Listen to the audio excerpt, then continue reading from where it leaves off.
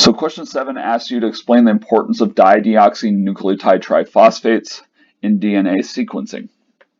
All right, so the dideoxy, just to recall, means that on the ribose part of the sugar, right, basically, the dideoxynucleotides are lacking hydroxyls at both the 2' and 3' positions here. So there's no OHs at either position. So as a result, when a dideoxynucleotide gets added to a growing DNA strand, the growth of that strand is halted because what is necessary, we need to have this 3' hydroxyl here in order to continue adding bases. All right, so without that, we can't add any more bases. Now, why is this useful to sequencing?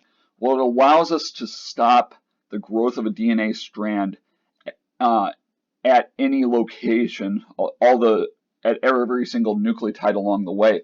But by using either different dideoxynucleotides in one lane of a sequencing gel, or by labeling the dideoxynucleotides with a fluorophore, you can tell what the very last nucleotide was that got added to the sequence.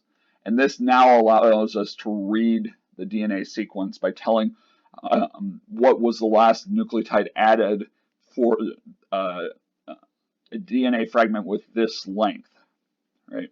So if the DNA kept growing after the addition of the dideoxynucleotide, or after the addition of the nucleotide, we wouldn't know the position of that nucleotide in the sequence anymore. All right, so it's really important that the sequence growth stop at that point, and that we also somehow, either by inclusion of the fluorophore or by including only one dideoxynucleotide, that we know which base stopped the growth of that chain at that length.